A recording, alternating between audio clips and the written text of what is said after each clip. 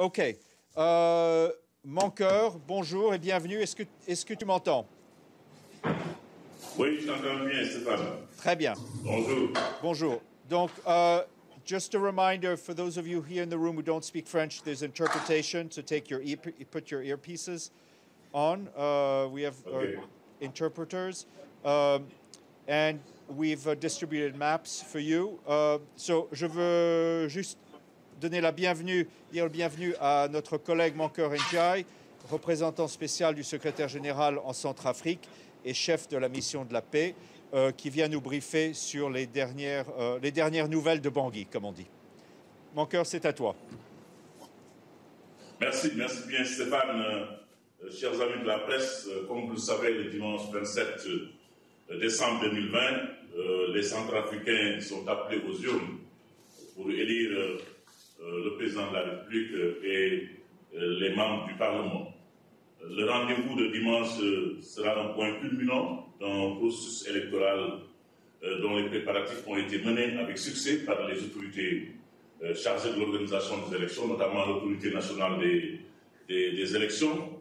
Et grâce au plan intégré de sécurisation des élections que la MINUSCA a conçu et partagé avec le gouvernement qui en a fait son propre plan. Donc grâce à ce plan, nous avons pu aider les autorités nationales depuis la cartographie électorale jusqu'à ce jour où on est en pleine période de distribution des cartes d'électeurs. Au total, le matériel électoral nécessaire a été commandé, acheminé dans les 16 préfectures et comme je l'ai dit, le retrait des cartes d'électeurs se poursuit dans tout le pays jusqu'au jour du scrutin le 27 décembre. Au total, il y a 1 858 236 Centrafricains inscrits sur les listes électorales. L'appui de la communauté internationale, notamment des Nations Unies, a été essentiel tout au long des préparatifs de ces élections, tant sur le plan financier, parce que la MINUSCA avait ce mandat de coordonner l'assistance internationale électorale à la RCA, donc tant au plan financier, nous avons pu réussir à obtenir le budget qu'il fallait, les 21 millions de dollars, l'essentiel, tant au plan financier qu'au plan matériel, logistique, technique, opérationnel et sécuritaire. Donc c'est un mandat que le Conseil de sécurité avait donné à la MINUSCA et le mandat que la MINUSCA est en train d'exécuter. Nous travaillons pour créer un environnement apaisé pour la tenue d'élections inclusives, libres, démocratiques, transparentes, crédibles et pacifiques. Et de bons offices ont été menés en étroite coordination avec le G5+, qui est un groupe d'États et d'institutions qui travaillent ensemble en République centrafricaine. Et ce groupe d'États et d'institutions comprend la France, les États-Unis, la Fédération de Russie, l'Union africaine, l'Union européenne, la Communauté économique des États de l'Afrique centrale, la Banque mondiale et les Nations unies. Alors que le pays s'apprête à voter pour choisir ses futurs dirigeants, l'ancien président de la République, François Bozizé, qui, comme vous le savez, a dirigé la Centrafrique pendant 10 années et qui a été avant cela chef d'état-major de l'armée centrafricaine, donc l'ancien président François Bozizé, dont la candidature a été invalidée par la Cour constitutionnelle le 3 décembre dernier, et les groupes armés des 3R, MPC et Anti-Balaka ont formé une coalition et lancé une série d'attaques coordonnées dans plusieurs localités du pays, notamment dans la région ouest. Ces attaques que la population centrafricaine et la communauté internationale condamnent fermement, ces attaques n'avaient qu'un seul but, empêcher la poursuite du processus électoral pacifique et empêcher également la tenue des élections. Et conformément au plan intégré de sécurisation des élections que nous avons signé avec le gouvernement et avec l'autorité nationale des élections, la MINUSCA a renforcé des mesures qu'elle avait déjà prises en appui aux forces de défense et aux forces de sécurité intérieure. La force de la MINUSCA est en alerte maximale, non seulement à l'ouest, mais aussi dans d'autres parties du pays, et particulièrement autour de la capitale, Bangui. Des casques bleus ont été déployés à Bossem-Télé, à Bossem-Bélé, où il y a eu ces attaques, et à Beiki, sur les principaux axes du pays également vers l'ouest et ailleurs, où des mouvements de groupes armés sont constatés. Et cette posture robuste de la force a permis aujourd'hui aux forces armées centrafricaines de stopper toute progression vers Bangui ou tout contrôle de villes stratégiques.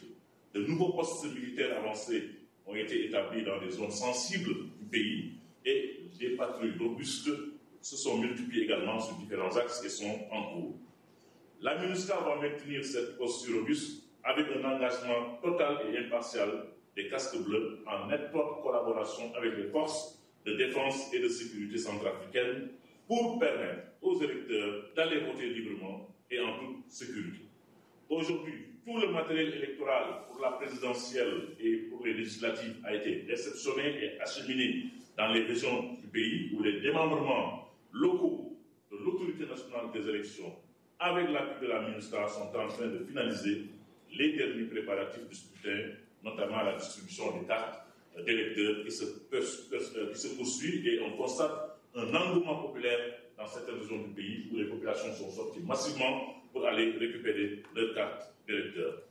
La communauté internationale considère en effet que les élections devront se tenir le 27 décembre dans le respect des délais constitutionnels. Et nous condamnons toutes les tentatives d'alliance entre groupes armés et acteurs politiques. Nous condamnons toutes les tentatives visant à engager le pays vers une nouvelle transition politique en violation flagrante de la Constitution centrafricaine.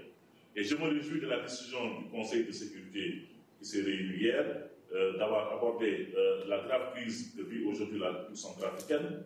Nous restons tous mobilisés pour que le peuple centrafricain puisse exercer son droit de vote le 27 décembre et pour empêcher que le pays ne replonge dans l'instabilité. Et la MINUSCA reste déterminée à mettre en œuvre son mandat de soutien au processus électoral et à la protection des populations civiles, tel que mentionné dans la résolution 2552 du 12 novembre du Conseil de sécurité. Donc nous pensons que toutes les conditions sont réunies pour que les élections puissent se tenir.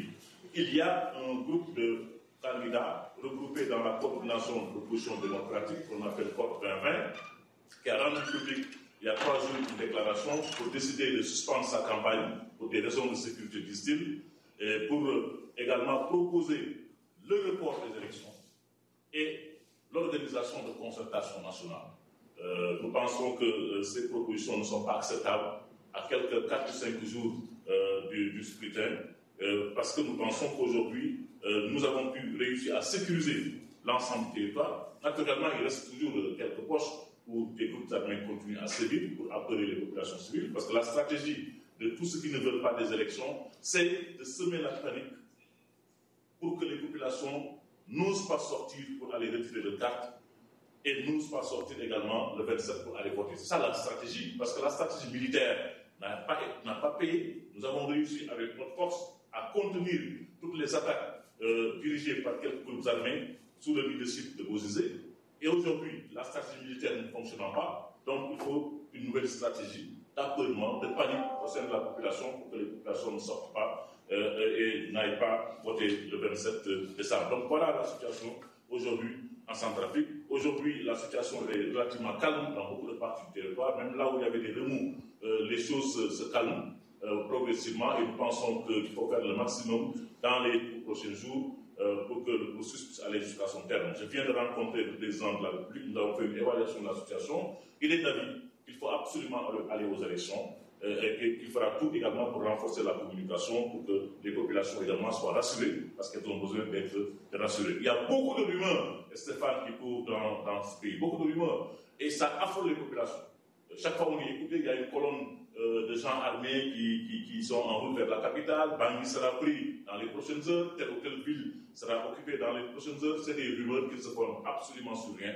C'est une stratégie d'apeurement et de panique et que nous combattons également dans le cadre de la mise en œuvre de notre plan de communication stratégique.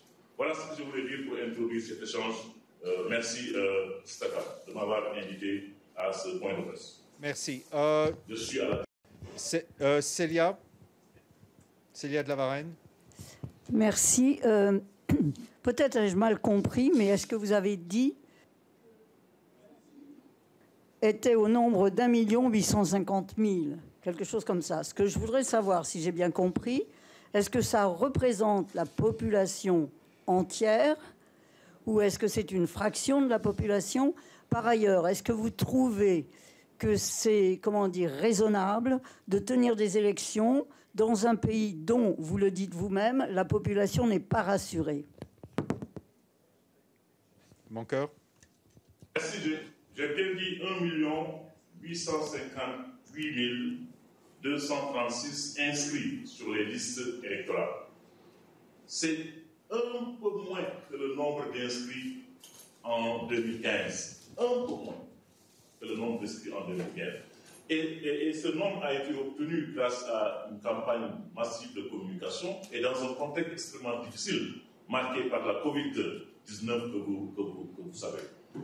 Et donc nous pensons que ce nombre est un nombre également qu'il faut bien apprécier à sa juste valeur. La population centrafricaine fait moins de 5 millions d'habitants. Et pour cette année, les réfugiés ne participent pas au vote, comme ce fut le cas en 2015, pour des raisons que le gouvernement a bien expliquées. Il y a des Centrafricains de l'étranger qui participent au vote dans 13 pays qui ont été recensés. Oui, vous savez, l'insécurité ne date pas d'aujourd'hui. Même en 2015, quand on organisait les élections après la transition, il y avait de l'insécurité. Il n'est pas évident que la situation sécuritaire soit beaucoup plus grave aujourd'hui qu'elle ne l'était en 2015. Donc, nous pensons que ces élections sont extrêmement importantes pour la consolidation de l'ordre constitutionnel. Ce sont les premières élections qui sont organisées après la signature de l'accord de paix du 6 février 2019 entre le gouvernement et 14 groupes armés. Il y a certainement beaucoup plus de groupes armés que 14, et c'est les premières élections qui sont importantes. Il faut absolument qu'on puisse les organiser. Parce que si on n'organise pas les élections, qu'est-ce qui va se passer? Le 30 mars, le mandat du président Touadéra prendra fin. Et la Constitution ne prévoit rien du tout. Cela veut dire quoi? À partir du 30 mars, s'il n'y a pas d'élection, le président Touadéra ne peut plus être président de la République centrafricaine. Et on risque d'entrer dans une période d'instabilité incontrôlable. Donc une nouvelle transition pourrait également être instituée parce que le président, à 30 mars, il ne sera plus président. Alors le président de l'Assemblée nationale, qui en principe doit assurer l'intérim, également aura juste 2 mois. Parce que c'est dans 2 mois que son mandat se termine, au mois de mai. Cela veut dire qu'il va assurer l'intérim pour 2 mois et après ce sera fini. Ce sera fini. Il n'y aura plus personne, il y aura un vide. Donc c'est extrêmement important donc, de tout faire pour organiser les élections. Nous avons mis en place, comme je l'ai dit, un plan de sécurisation des élections. Aujourd'hui, nous savons ce qui se passe dans chacun des coins de ce pays. Nous savons là où il y a des problèmes de sécurité. Nous sommes en train de renforcer également nos éléments dans certaines parties du pays. Et nous savons là où, effectivement, tout se passe normalement. Pas plus tard que ce matin, nous avons fait le point sur la situation sécuritaire et sur l'avancée du processus électoral sur toute l'étendue du territoire. Nous avons identifié quelques points où il faut faire davantage en termes de sécurité. Et nous pensons qu'il faut absolument développer une forte campagne de sensibilisation des électeurs pour rassurer justement la population et lutter contre toutes les rumeurs qui visent à déstabiliser le processus et à empêcher que les populations ne sortent. Donc nous pensons que les conditions, effectivement, sont réunies dans un pays en crise comme celui-là pour organiser les élections le 27 décembre prochain. Merci. Ray? Merci. Je voulais juste savoir la situation du Covid-19 en cette région africaine. Et est-ce qu'il y a une collaboration entre la MINUSCA et le COVAX? Merci. Merci beaucoup. Vous savez, dans ce pays, la stratégie un peu a changé. Parce qu'avant, on testait, mais aujourd'hui, pratiquement, on ne teste plus. On teste des cas symptomatiques. Il faut avoir des symptômes pour être testé. Et on n'a plus les statistiques au quotidien. Avant, le ministère de la Santé publiait chaque jour un communiqué pour donner le nombre de cas. Mais le ministère de la Santé ne le fait plus. Donc, on ne sait pas exactement combien de cas positifs nous avons dans ce pays. Et nous sommes dans un pays où pratiquement beaucoup de gens ne croient même pas à la Covid, où les gens ne portent pas de masque, où les gestes barrières ne sont pas respectés, dans les rues, dans les marchés, dans les transports publics. Si vous arrivez ici, vous avez l'impression que la Covid n'existe pas ici. Donc, nous sommes dans une situation extrêmement difficile, mais nous travaillons avec le ministère de la Santé au quotidien pour mettre en œuvre la stratégie de lutte contre la Covid. Régulièrement, nous sommes en contact, on a des réunions On a des réunions régulières avec le ministère de la Santé. Mais c'est la stratégie qui a changé, ce qui fait qu'on ne peut pas vous dire exactement combien de cas il y a. Et on est bloqué à 63 décès depuis au moins 4 ou 5 mois. Depuis 4 ou 5 mois, il y a 63 décès. Or, il y a beaucoup de cas suspects de décès, certainement dits à la Covid, mais on ne peut pas le savoir. Donc voilà un peu la situation extrêmement difficile pour ce qui est de la Covid. Mais au sein de la mission, également, nous avions des cas au sein de la mission, mais aujourd'hui nous en sommes pratiquement à une trentaine de cas au niveau de la force et de la police. Et donc, en tout cas, la propagation de la Covid est bien contenue, surtout au niveau de la mission.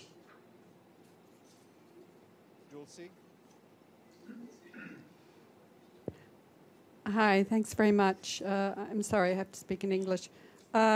Regarding the strategy for the Central African Republic and COVID-19, what do you mean that the strategy has changed? And what about the UN peacekeepers in MINUSCA? What is the COVID infection rate, and how many peacekeepers have died? Thanks. Merci beaucoup. Au niveau de la mission, c'est vrai, au début, nous étions très inquiets parce qu'on avait beaucoup de cas au niveau de la mission. Vous savez, les conditions dans lesquelles les troupes également se déploient, quand il y a des opérations militaires, c'est parfois très difficile de faire respecter les gestes barrières. Et on avait remarqué que chaque fois qu'on avait des opérations militaires, quand les troupes revenaient à la base, il y avait beaucoup de cas Covid. Et ça a été le cas pour certains contingents qui sont rapidement passés presque à la moitié de leurs effectifs Covid. Mais aujourd'hui, quand même, nous avons pu contrer la progression au niveau de la mission, surtout au niveau des troupes. On se retrouve avec moins de 30 cas pratiquement pour tout le personnel, le personnel de police, le personnel militaire comme le personnel civil. Donc au niveau de la mission, en tout cas, il n'y a pas de menace. Pas de menace très sérieuse pour ce qui est de la Covid. On fait tout pour respecter les gestes barrières. Mais le constat qu'on avait fait, c'est qu'à chaque fois qu'il y a une opération, au retour, il y a un contingent qui est parti en opération. Ce contingent fait 180. Quand ils sont revenus à Bangui, il y avait 89 qui étaient positifs au Covid. 89, presque la moitié du contingent. Mais aujourd'hui, ce contingent se trouve aujourd'hui à 0 cas. Donc la Covid est très bien gérée, en tout cas au niveau de la mission. Merci. Merci. Alan Bulkati, RIA Novosti. Alan? Thank you, Mr. Ndia. I'm sorry, I will also speak in English. Were there any casualties among MINUSCA staff during the recent unrest? And also, could you please elaborate on how do you interact with authorities on the ground, in fact? I mean, literally, does the UN staff have the right to shoot to kill, for example? Thank you.